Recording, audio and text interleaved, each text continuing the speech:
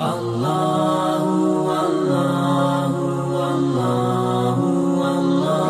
নামক যে সংগঠনটি এটার গোড়াপত্তন হয়েছিল আমেরিকার নিউ ইয়র্কে। কোথায়? আমেরিকার নিউ ইয়র্কে। আপনি নিজেও উইকিপিডিয়া থেকে আপনি দেখে নিতে পারেন খুব সহজে। গৌড়ীয় বৈষ্ণব মতবাদের অনুসারী এটা একটা সংঘ, যেটা 1966 সালে প্রভুপাদ, অনেক বড় নাম, প্রভুপাদ, স্বামী প্রভুপাদ, তিনি এটা আমেরিকার নিউ ইয়র্কে এটার গোড়াপত্তন করেছিলেন এই সংগঠনটি। এবং এই সংগঠনটি মূলত হিন্দু সনাতনীদের একটা সংস্কার রূপ। কি? একটা সংস্কার রূপ। আপনি উইকিপিডিয়া দেখবেন যে তাদের ওখানে উদ্দেশ্য লেখা আছে জনসেবা, শিক্ষা, ধর্মচর্চা ও আধ্যাত্মিক চর্চা। এই চারটে কথা সেখানে লেখা আছে। খুব ভালো কথা। যদি এই চারটে উদ্দেশ্য থাকে, জনসেবা, শিক্ষা, ধর্মচর্চা, আধ্যাত্মিক চর্চা, এটার সাথে কি আমার আপনার দ্বিমত আছে? থাকার কথা না। কিন্তু আপনি ঠিক উইকিপিডিয়া পুরাটা পড়লে দেখবেন যে তাদের বিতর্কিত কর্মকাণ্ড, তাদের বিতর্কিত কর্মকাণ্ডের কারণে এরা বিশ্বের অনেক জায়গায় নিষিদ্ধ। যেমন সিঙ্গাপুরের নাম এসেছে, সেখানে সরাসরি এই নামে এই সংগঠনটি নিষিদ্ধ। আরও অনেক দেশে নিষিদ্ধ। অনেক জায়গায় তাদের গতিবিধির উপরে কী রাখা হয়? লক্ষ্য রাখা হয়। সেটা ওখানেই রয়েছে। প্রিয় হাজরিন, এটার বর্তমান সদর দপ্তর হলো ইন্ডিয়ার নদিয়া জেলার মায়াপুর এলাকায় তাদের সদর দপ্তর। সবচেয়ে বেশি কর্মকাণ্ড তাদের ইন্ডিয়ায়। এরপরে দেখা যায় বাংলাদেশে তাদের কর্মকাণ্ড অনেক বেশি ব্যাপকভাবে ছড়িয়ে পড়েছে। তো একটা হিন্দু সংগঠন বা অমুসলিম সংগঠন, তারা তাদের ধর্মীয় চর্চা করবে, আধ্যাত্মিক চর্চা করবে, শিক্ষা দীক্ষা দিবে, জনসেবা করবে, এটাতে তো আমাদের বাধা হয়ে দাঁড়ানোর কথা না। তবে কেন বাধা হয়ে দাঁড়ানো হচ্ছে? নিশ্চয়ই কোনো না কোনো কি আছে।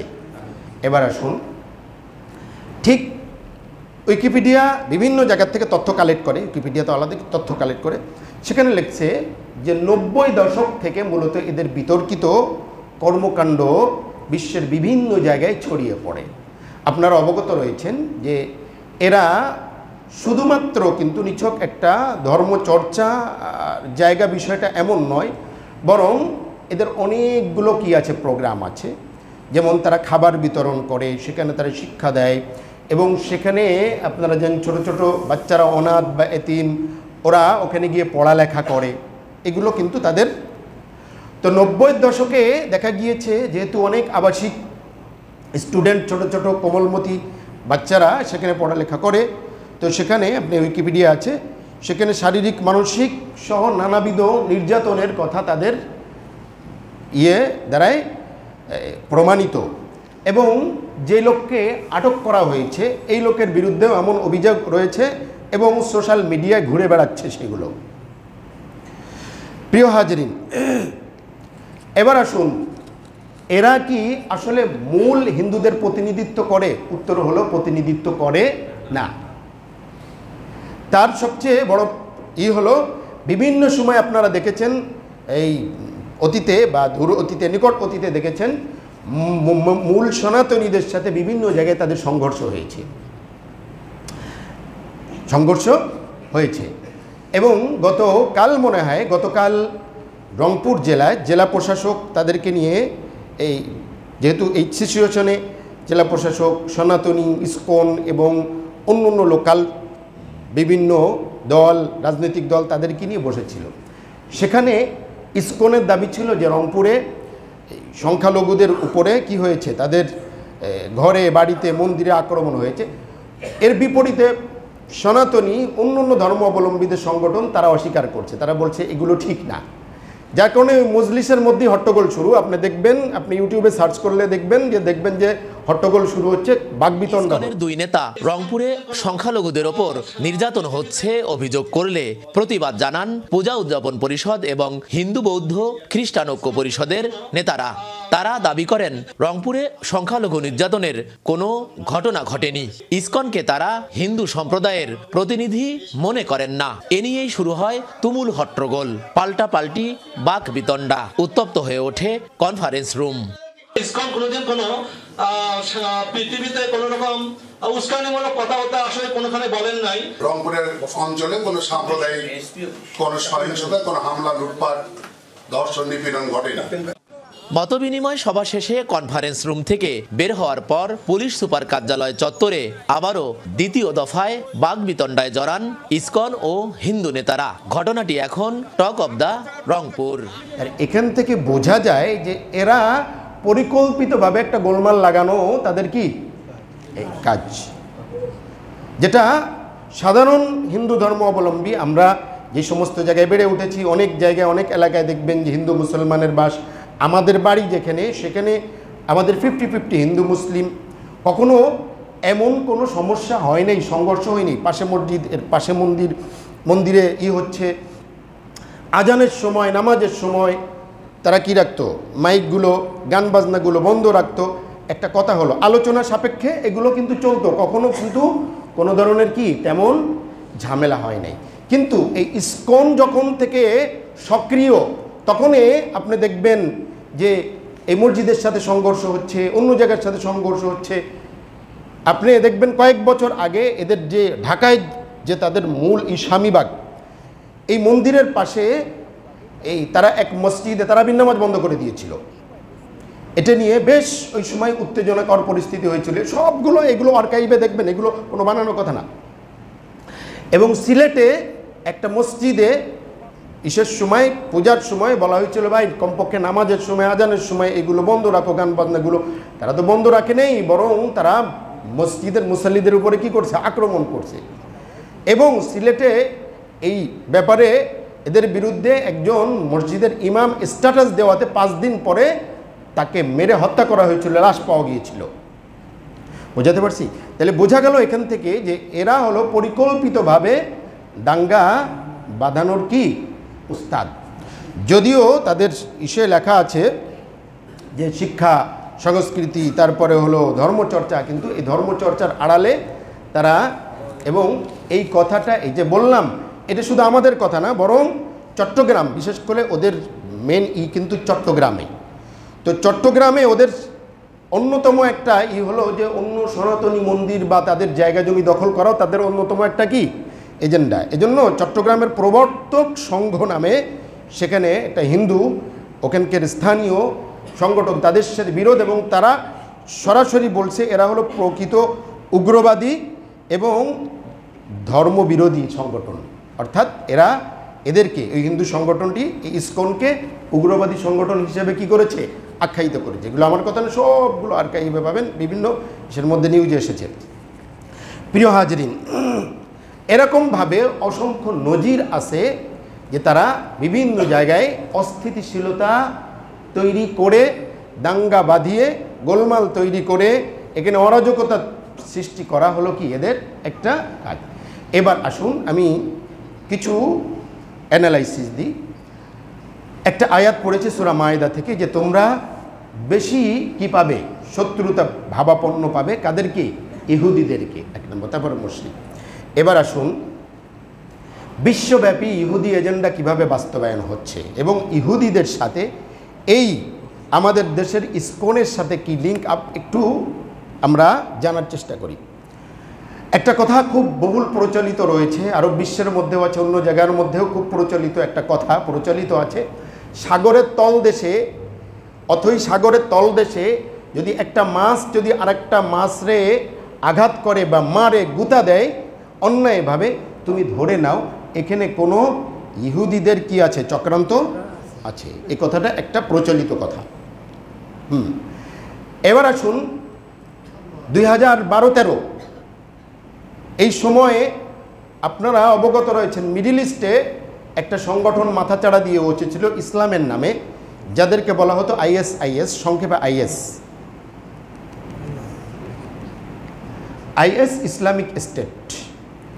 এই ইসলামিক স্টেট যখন তাদের প্রথম উত্থান হয়েছিল, প্রথম উত্থান হয়ে তারা ইসলামের কথা বলেছিল, ইসলামের কথা বলে তারা ইসলামিক সাম্রাজ্য বিস্তৃত করতে চায়।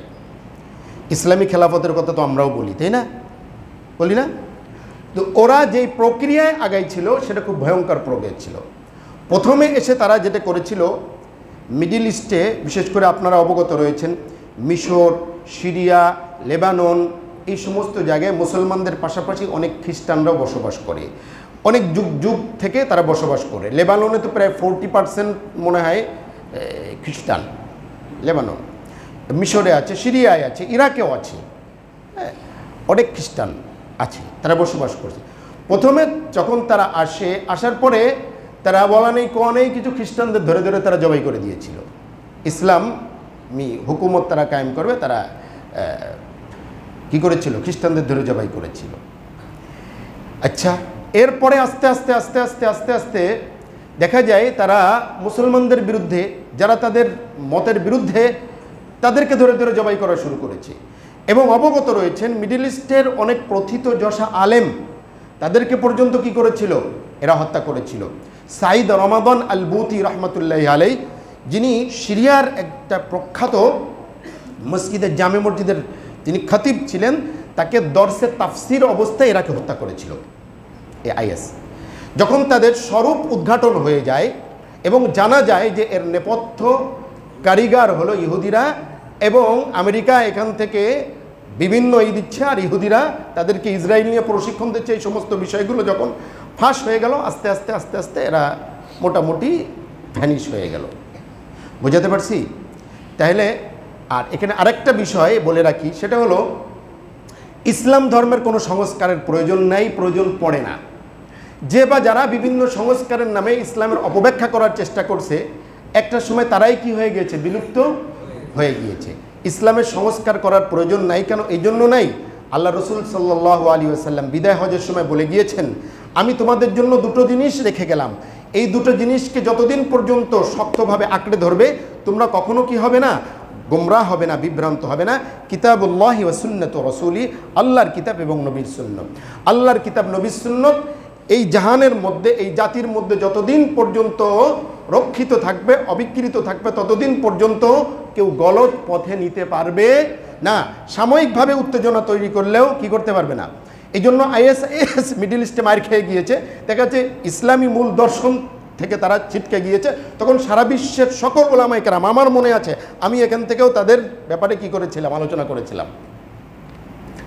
তো তারা কি করে গেছে, আসলে মূলত ইসলামিক লেভেলে ওরা কি ছিল, ইহুদিদের এজেন্ট ছিল, যাদের কাজ ছিল কি মিডিল ইস্টের মধ্যে গোলমাল লাগায় রাখা, দাঙ্গা লাগায় রাখা, গোলমাল লাগায় রাখা। এবং তারা ধর্মীয় সংগঠন দ্বারায় সাকসেস হয় নাই, কিন্তু এখন তারা বিভিন্ন মিডিল ইস্টের বিভিন্ন শাসক গোষ্ঠীর মাধ্যমে সেটা অস্থির করে রাখছে। ও বিষয়ে না গেলাম।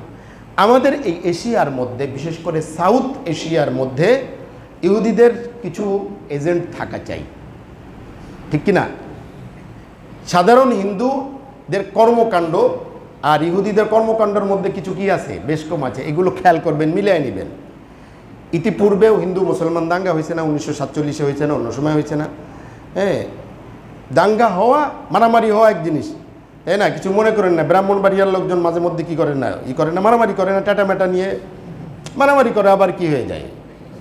তো এটা এক ধরনের, এই আই কার কত শক্তি আছে, টাটা মেটা নিয়ে লাগছে আবার।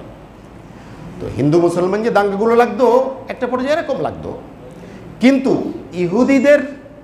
ইহুদিদের সিস্টেমগুলো খেয়াল করবেন। ইহুদিরা গুপ্ত হত্যায় উস্তাদ, মাস্টার মাইন্ড। কিসের? গুপ্ত হত্যার।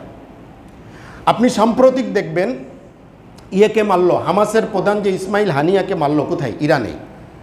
ইরানের মতো জায়গায়, তেহরানে, সেখানে কি আশ্রয় নেওয়া হয়েছে, সেখানে কি করেছে, তাকে মেরে ফেলছে। হিজবুল্লাহর প্রধান নসরুল্লাহকে মেরে ফেলছে, কি পরিকল্পিতভাবে তাকে মেরে ফেলছে। মানে এই গুপ্ত হত্যার মাস্টার মাইন্ড হলো কি ইহুদিরা। আপনি দেখবেন, আমি একটা বই থেকেই করছি, সাবেক বেশ একজন গোয়েন্দা বিষয়ক কাজ করে, গোয়েন্দা সংস্থার আবু রুশদ নামের এক ভদ্রলোক, গোয়েন্দা সংস্থা নিয়ে উনি এখানে বলছেন যে এটা ইহুদিদের একটি সংগঠন। উনি ক্লিয়ার করছেন, বলছেন যে ইহুদিদের একটি সংগঠন, ইসকন, ইহুদিদের সংগঠন। এদের প্রধান কাজ হচ্ছে বাংলাদেশে উস্কানিমূলক ধর্মীয় অনুষ্ঠান পালন করা, যার উদ্দেশ্য হচ্ছে সাম্প্রদায়িক দাঙ্গা সৃষ্টি করা। এটা বলেছেন কে? গোয়েন্দা সংস্থার প্রধান আবু রুশদ, মিলেনিয়ান। তাহলে এদের কার্যকলাপগুলো দেখবেন যে এটা ইহুদিবাদী কার্যকলাপের সাথে এই খোঁচা দিয়ে কি করা, যেটাকে বলে পায়ে পাড়া দিয়ে ঝগড়া করা। এরপরে কাউকে গুপ্ত হত্যা, যেমনি সেমনি মেরে ফেলা, গাড়ি চাপা দিয়ে মারা, ট্র্যাক চাপা দিয়ে মারা, এই যে এই মাস্টার মাইন্ড, এই সিস্টেমগুলো, এটা কিন্তু অন্য জাতির সিস্টেম না, এটা হিন্দু মুসলমানদের সিস্টেম না, এগুলো এটা ইহুদি সিস্টেম, ইহুদি পরিকল্পনা। এখান থেকেও বিষয়টা বেশ কি হয়, মানে মাথার মধ্যে এটা ঘনীভূত হয় সন্দেহ যে আসলে এরা হলো ইহুদিদের কি এজেন্ট।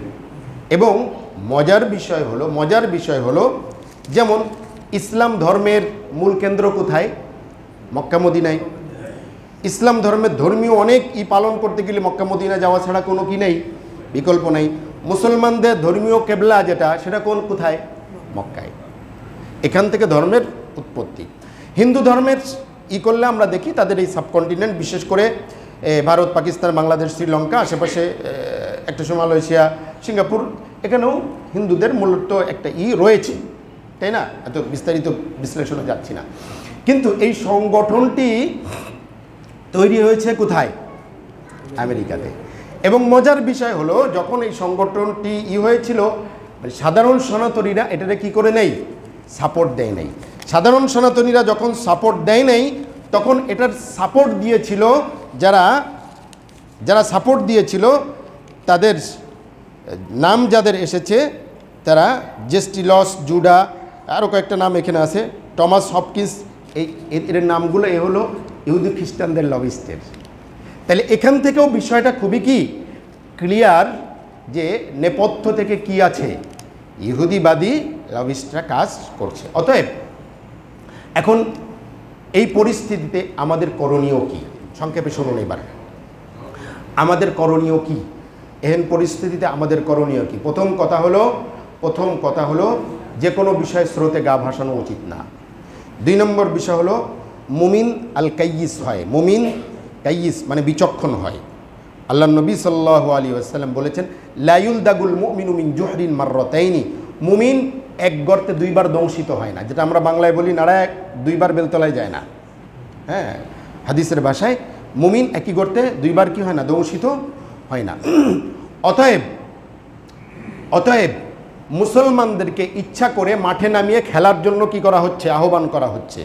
কাজে এহেন পরিস্থিতিতে আপনি ফুটবল পেলেই লাথি মারবেন না, এটা হলো আমাদের কি এখান থেকে মেসেজ। কোনো মুসলিম, কোনো আলেম এই পর্যন্ত ধর্মীয় দাঙ্গার জন্য কোনো উস্কানি দেয় না। কতবার করে আমি এই মিম্বার থেকে বলেছি যে সাম্প্রদায়িক সম্প্রীতি রক্ষা করার জন্য, এগুলো অনেকবার করে বলেছি। এবং শুধু আমি না, বাংলাদেশের সব উলামায়ে কেরাম সেম কথা বলেছেন, ঠিক না? একজন সাধারণ মুসলিমও এটা বিশ্বাস করে, ঠিক না? তৃতীয় নম্বর বিষয় হলো অবশ্যই শত্রু মিত্র চেনা উচিত। চতুর্থ নম্বর হলো যারা দেশ বিরোধী, রাষ্ট্রবিরোধী, মুসলিম জাতি বিরোধী, অবশ্যই তাদেরকে আইনের আওতায় আনা উচিত। এবং আইনের আওতায় আনার জন্য আমরা আমাদের জায়গা থেকে প্রতিবাদ করতে পারি। কিন্তু কোনো অবস্থাতেই কোনো হিন্দু, বৌদ্ধ, খ্রিস্টান, অমুসলিম তাদের ধর্মীয় প্রতিষ্ঠান কিংবা তাদের বাড়িঘর ইত্যাদি, এগুলো তো আক্রমণ করার প্রশ্নই আসে না। বরং আমরা এই বিষয়ে কি করব, সজাগ করে তুলব, যেন ঘর পোড়ার মধ্যে কেউ আলু পোড়া না খেতে পারে। আমাদের একজন ওস্তাদ বলতেন যে ঘর পোড়ার মধ্যে আলু পোড়া খাওয়া, ঘর জ্বলে গেছে, ঠিক আছে, আমি আলু পোড়াই নি আর কি। তো এই বিষয়টা কি রাখা, সজাগ রাখা। আর অবশ্যই এদের ব্যাপারে, এই ইসকনের ব্যাপারে হচ্ছে যে তাদের নিষিদ্ধ করা হোক। অবশ্যই এটা জোরদার দাবি ওঠা উচিত প্রত্যেকের জায়গা থেকে, যারা যেই জায়গায় আছে জোরদার দাবি ওঠা উচিত। এবং বিভিন্ন জায়গায় তো তারা কি নিষিদ্ধ আছেই, এবং তাদের কর্মকাণ্ড প্রমাণিত যে তারা কি দাঙ্গা বাঁধানোর ওস্তাদ একটা জঙ্গি সংগঠন।